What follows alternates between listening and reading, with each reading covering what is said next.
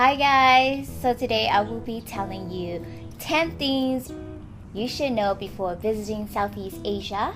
And when I say Southeast Asia, I will be giving you my experience of going to Thailand, Vietnam, and Laos. So those are the three countries that I visited.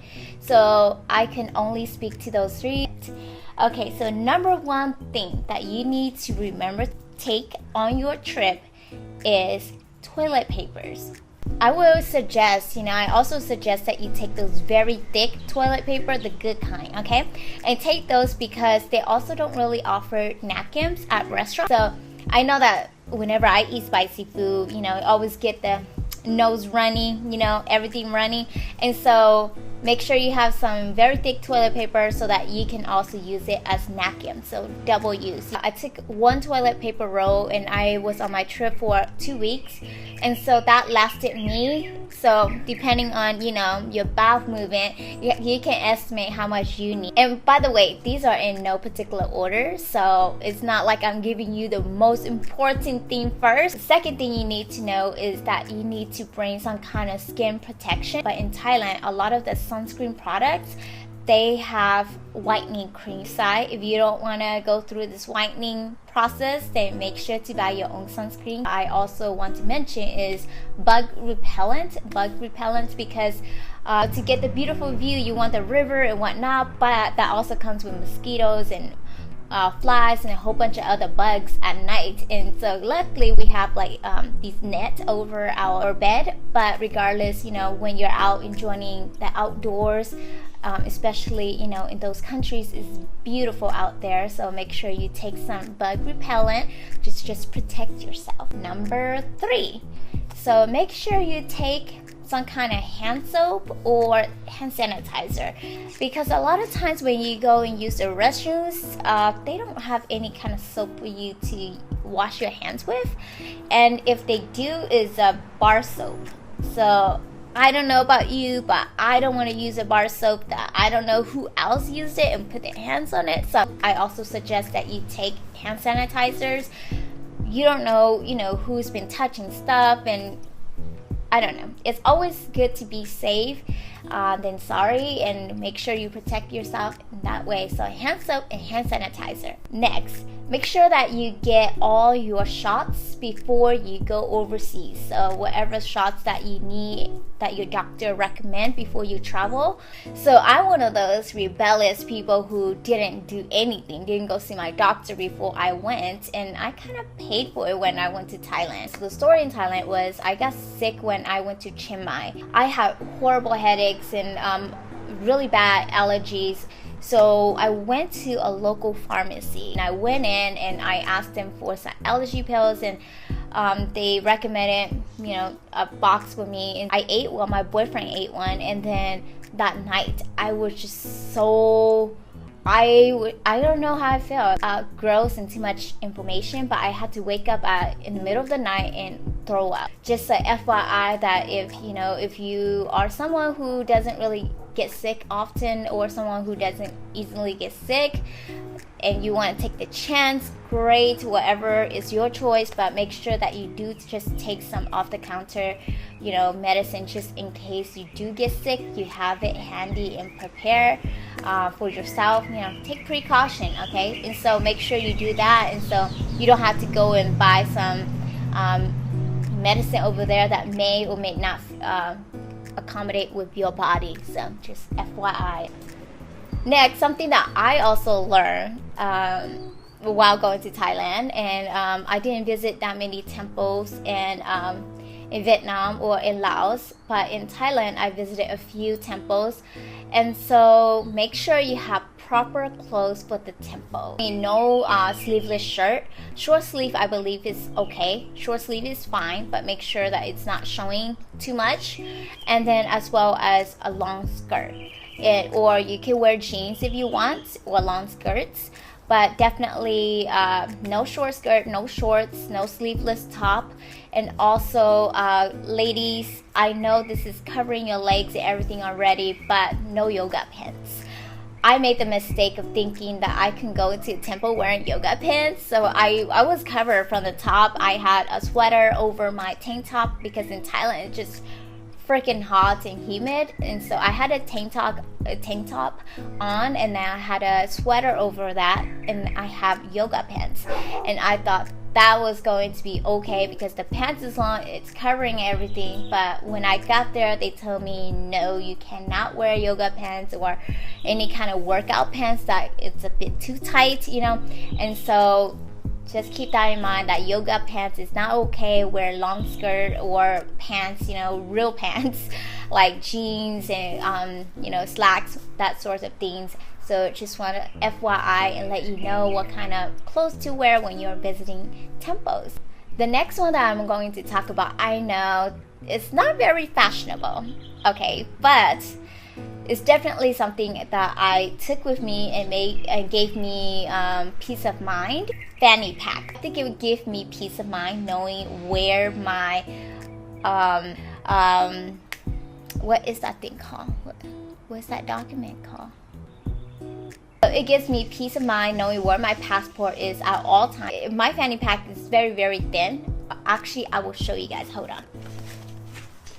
Okay, so this is the fanny pack that I took with me. As you can tell, it's very, very thin. I just put my passport in this upper part, and then another compartment to put, some change, some bills in here.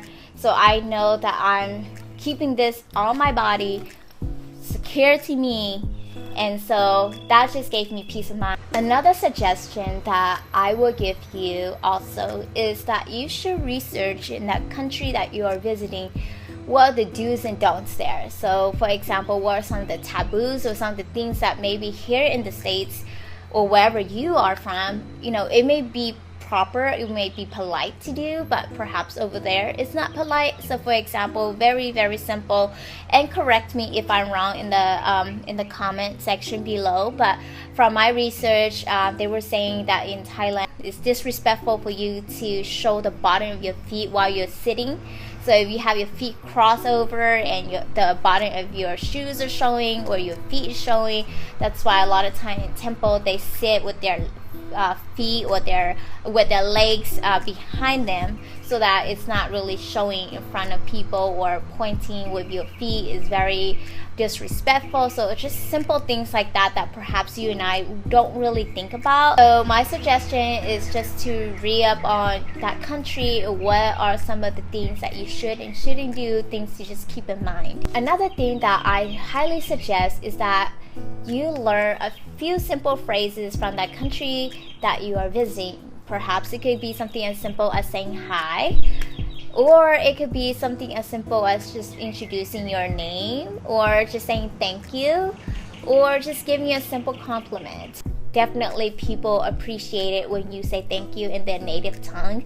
I know that here in the States, I've seen some videos that some people are kind of offended when all you know how to say is the greetings and the thank you, and some people are offended and be like, oh, if that's all you need, if that's all you know, you don't need to speak it. And in Thailand, when I was able to use a few words to say thank you, or just telling somebody that their cooking was delicious or something like that, they were really impressed and they were really appreciative that I not only was interested enough to visit the country, but I was also very interested in their culture and their language. So it's up to you, but I just think that it's very a nice gesture to be able to greet people in their language and say thank you to them in their language. The next one I want to talk about, I feel very guilty about, because I didn't do enough research when I went to Thailand, and I was just so into the idea of it that I didn't research too much into it. So now that I know a little bit more about it, I feel really guilty. I'm talking about elephant riding. The thing is, when I went to Thailand, I noticed, and I was really sad as soon as I went to that elephant riding supposedly camp.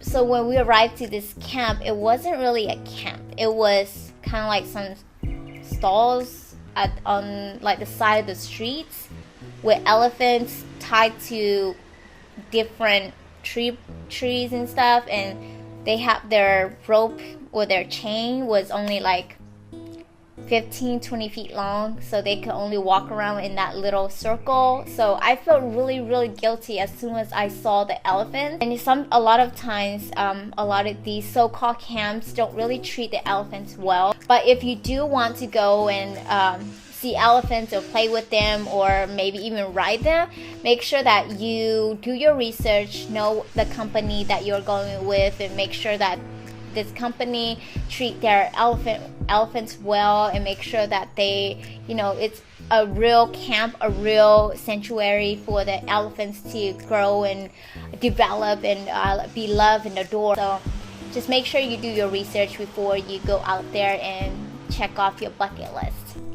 Lastly, because you and I are friends, now we're friends, you're family, so I think that you deserve one more tip or one more advice from me, okay?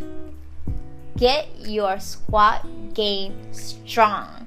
And I'm saying this relating all the way back to number one, toilet papers. They don't have toilets the way we do. A lot of time it's a hole in the ground and you squat over it. And so if you're not somebody who has strong quads and thighs, and get your squatting game strong, okay? Because you'll be doing a lot of that, especially if you're going to Laos, Thailand, Vietnam with the spicy food. So make sure that you get your squat game strong. And these are things that I wish I knew before I went, so that it made my trip a lot more enjoyable. So I just wanted to share that with you. And now that you watched the video, I hope that you have a great trip. And also, if you like these videos or like videos like this kind, make sure to leave me a comment as well as give this video a thumbs up. Okay, love you.